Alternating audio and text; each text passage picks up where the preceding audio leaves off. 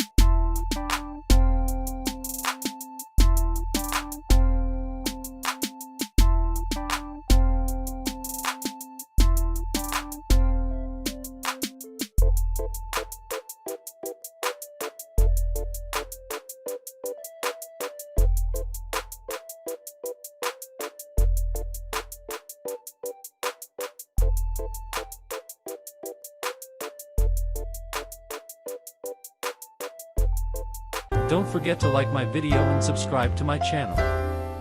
This channel has no external source of income, it continues to operate only with your support.